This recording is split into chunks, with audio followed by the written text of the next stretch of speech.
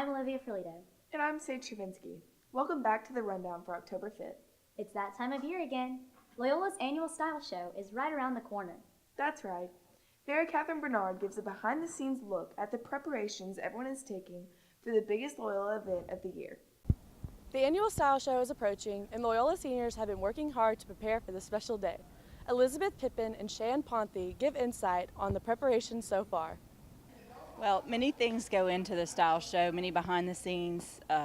Right now we're heavily working on decorations to get the stage and the tables ready for style show. We're having volunteers, many volunteers are working every day in preparation for style show. And of course, rehearsals with the students as well. They're learning choreography, they're learning their music, and very soon they'll learn which stores they're assigned to, and they'll start going in and picking out what they're going to wear. So we're really excited. Everybody's working really hard, and we think it's going to be a great event. Come out and support Loyola on Wednesday, November 7th at the Shreveport Convention Center. This has been Mary Catherine Bernard reporting. Okay, how excited was everyone that the water main broke on Tuesday? I know I was. I loved having a day off. I wonder what other students did. Gabby Steinmetz gives us a look. On Tuesday, Loyola students got a break from school due to the water outage. Let's talk to Coach Avon to explain more.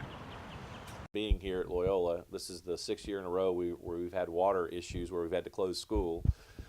They've gotten fewer and fewer as we go, but what happens is the city infrastructure is pretty bad in this area, and so when we see a water leak, the first thing we check is water pressure, because if we can't flush the toilets, or we can't wash our hands, or we can't cook, we can't have school. It's a safety and a sanitary issue, and the decision that goes into that is that once we know that we have no pressure, we communicate with Sister Carol, the superintendent, and we hope that doesn't happen again, because if it happens again, we got to add days to the school year, and we certainly don't want to have to do that.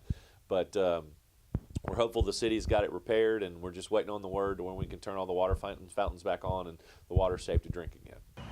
Let's see what all the students did on their day off. I went to Strawn's for breakfast, and then I went home and watched TV with John. I went to a movie with Marguerite, and then we went and ate.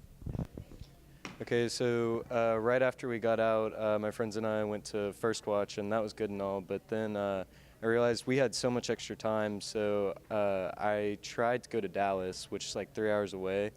I got to the hour-and-a-half mark, and I was like, I got to turn around and carve pumpkins, and that's what I did for the rest of the day. This has been Gabby Steinmetz reporting. This past Monday was retreat day for Loyola students. Each grade met at a different location to grow closer to one another and strengthen their faith. Here's Allie Johnson with a recap of the day. Monday was a very special day for our Loyola community. It was retreat day. Each class went to a different location and got to grow closer in their faith and with their class. I talked to some of our Loyola family to see how they thought the day went.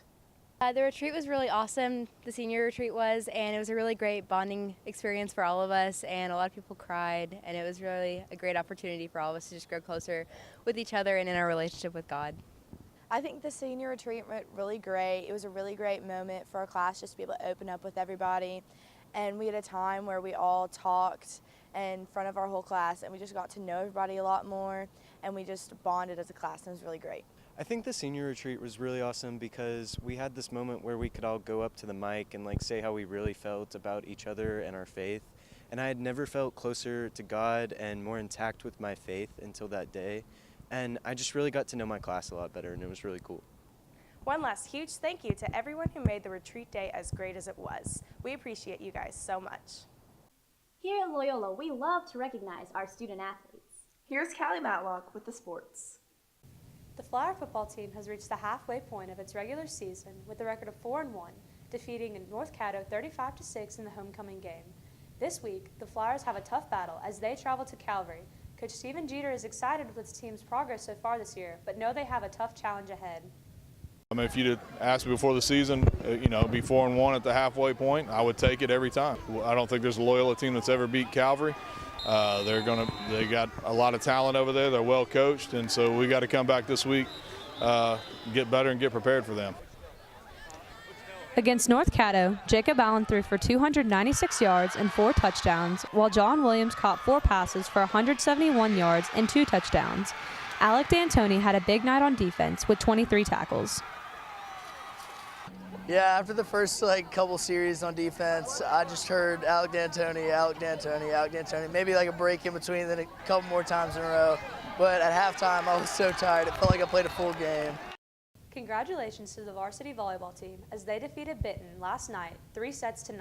This weekend, the team will travel to Lake Charles for the Barb tournament. The cross-country team will run in the Calvary meet tomorrow and will travel to New Orleans next weekend. That's all for this week's Sports Report. I'm Callie Matlock. Now, here's Simon Hyde with the news. Freshmen who are interested in being part of the Student Government Association may pick up a form in room B3 or in the main office. All forms must be returned by next Monday. Volunteers are needed for St. John's annual Monster Mash on October 27th from 5:30 to 9 o'clock. Service hours will be given. Volunteers will receive a hamburger, chips, and a drink. October is the month of the Holy Rosary of the Blessed Virgin Mary. During the month of October, LCP will have several opportunities to honor Jesus and Mary through this wonderful prayer of our faith. Stay tuned. That's all for this week's news. Even though the weather doesn't quite feel like fall, next Friday our fall break begins. Meadow Wall went around campus to see what students plan to do on their days off. Fall break is next week from October 12th to the 15th. Students share with us what they are doing for that 4-day weekend. Me and Marshall are going to the LSU Georgia game. Go Tigers! I'm going to Charleston, South Carolina.